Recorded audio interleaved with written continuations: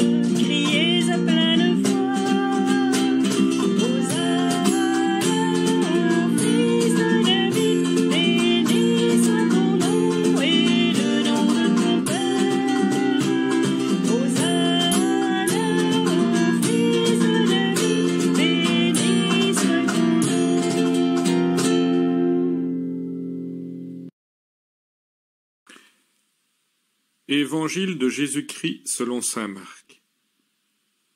Lorsqu'ils approchent de Jérusalem, vers Bethphagée et Béthanie, près du mont des Oliviers, Jésus envoie 2 de ses disciples et leur dit : « Allez au village qui est en face de vous. Dès que vous y entrerez, vous trouverez un petit âne attaché, sur lequel personne ne s'est encore assis. Détachez-le et amenez-le. Si l'on vous dit « Que faites-vous là ?» répondez « Le Seigneur en a besoin, mais il vous le renverra aussitôt. » Ils partirent, trouvèrent un petit âne attaché près d'une porte, dehors, dans la rue, et ils le détachèrent.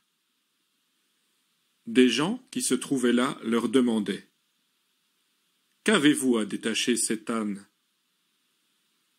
Ils répondirent ce que Jésus leur avait dit, et on les laissa faire. Ils amenèrent le petit âne à Jésus, le couvrirent de leur manteau, et Jésus s'assit dessus.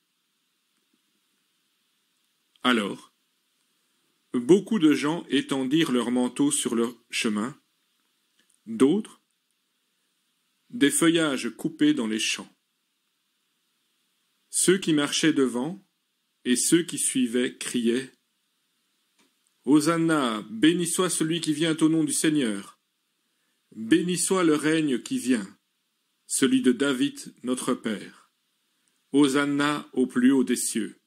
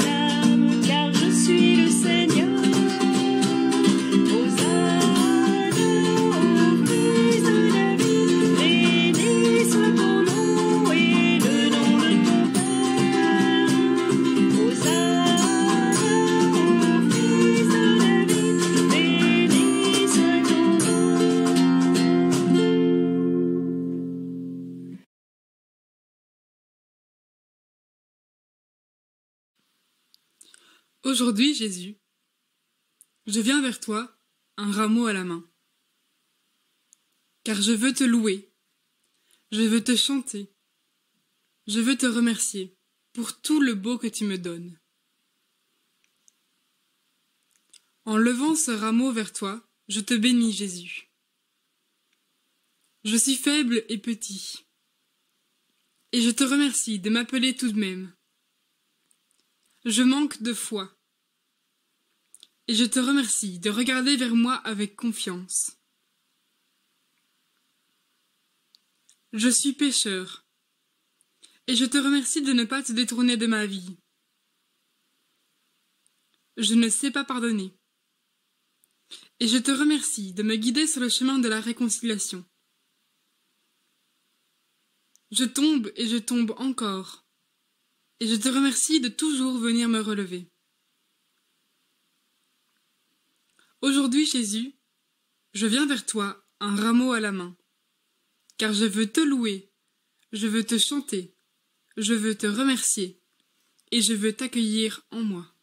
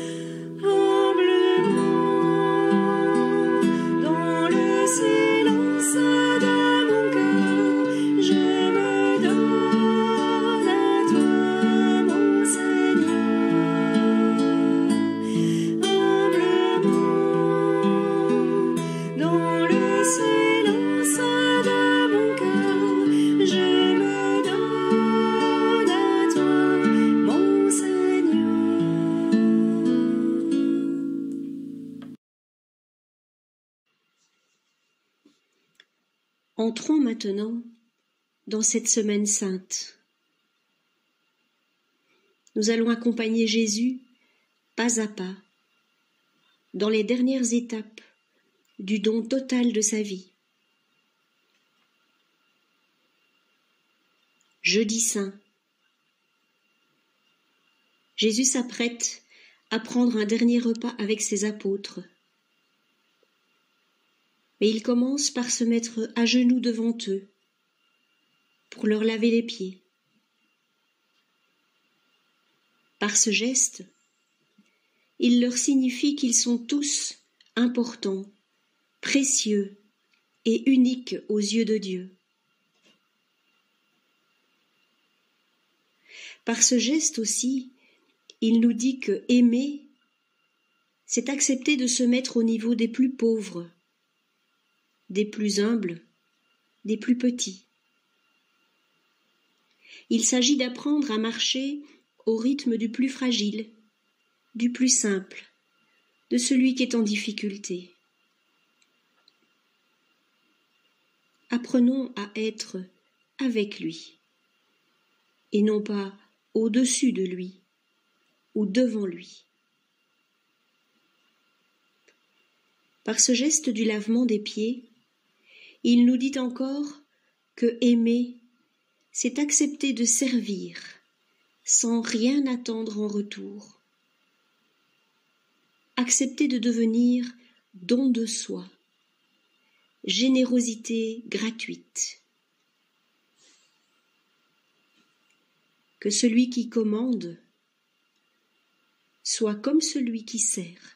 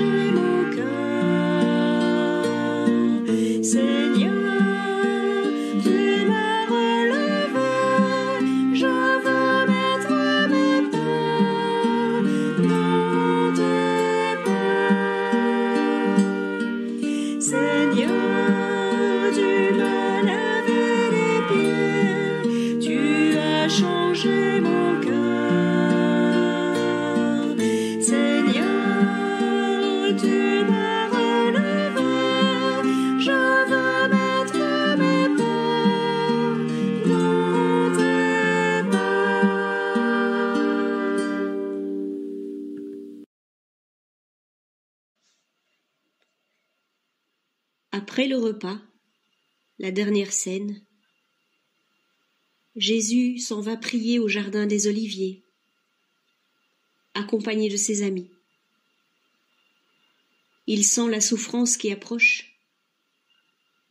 La tristesse, l'angoisse et la peur l'envahissent. Alors, bien sûr, il pourrait fuir. Il en a encore le temps. Mais fuir ce qui a fait toute la beauté, la richesse et la fécondité de sa vie, ce ne serait plus vivre vraiment. Dans cet instant de grande angoisse, il voudrait se sentir soutenu par ses amis, et il leur demande de veiller et de prier avec lui. Mais la fatigue les rejoint, et ils ne perçoivent pas encore la suite des événements. Alors, ils laissent Jésus à sa prière solitaire avec son Père. Jésus a déjà beaucoup donné à Dieu et aux hommes. Mais aujourd'hui, ce qui lui reste à donner, c'est lui-même, c'est sa vie. Et pour cela, il lui faut mourir. Ça veut dire quitter la terre et toutes ses merveilles, quitter tout ce qu'il a essayé de construire, de transmettre, mais surtout quitter toutes les personnes qu'il a aimées. Et cela fait souffrir. Alors il se tourne vers son Père. Père, puisque tout est possible, éloigne de moi cette coupe. Et malgré tout, Jésus choisit de poursuivre la route avec Dieu. Il s'abandonne pleinement, en toute liberté et en toute confiance, entre les mains du Père. Et il dit, « Père, non pas ce que je veux, mais ce que tu veux. »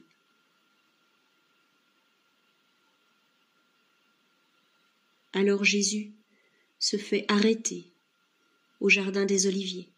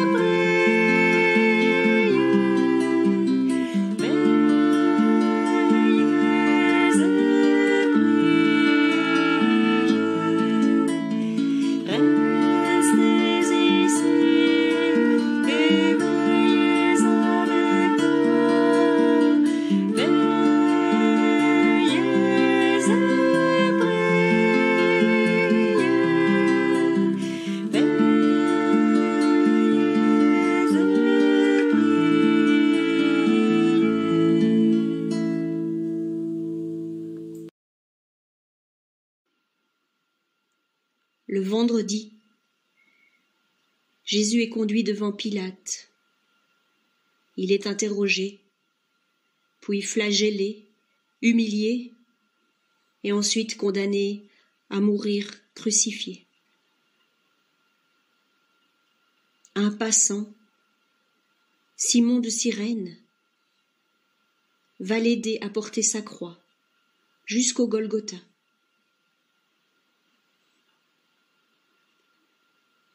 Jésus souffre dans son corps et aussi dans son esprit. Autour de lui, il ne reste que quelques femmes. Où sont donc tous ses disciples? Où est la foule qu'il acclamait quelque temps plus tôt? Où est ce Père aimé et aimant, cet amour qu'il a si souvent porté? Ô mon Dieu, pourquoi m'as-tu abandonné?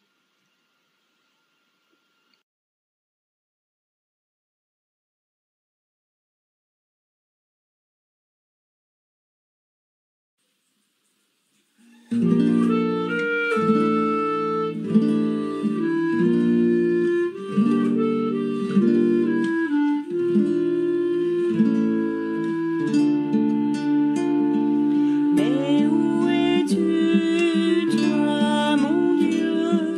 Mais où es-tu, toi que je cherche? Mais où es-tu, toi, mon Dieu? Révèle-moi ta présence.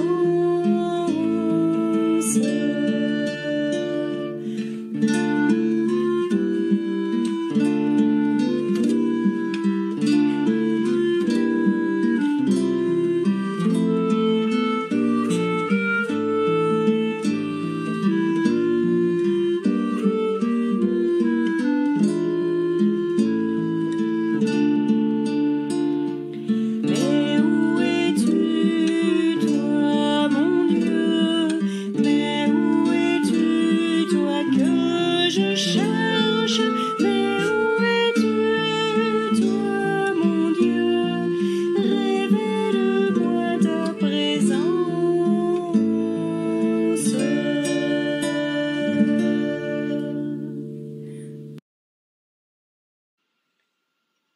Dieu se tait. Il semble absent. Mais n'est-ce pas plutôt une certaine image de Dieu qui est absente? L'image de l'ouragan qui écarte les obstacles du chemin? Ou l'image de la tempête qui détruit ceux qui s'opposent à elle?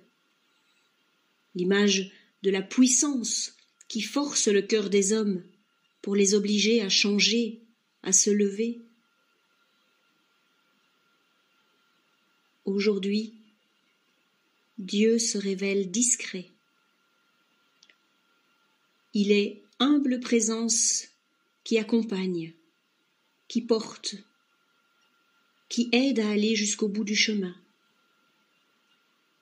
jusqu'à la transparence totale, une transparence qui permettra à la lumière de naître abondamment.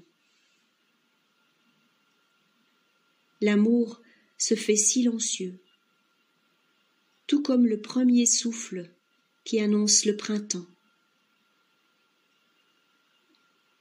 Vendredi, 15 heures, Jésus meurt sur la croix.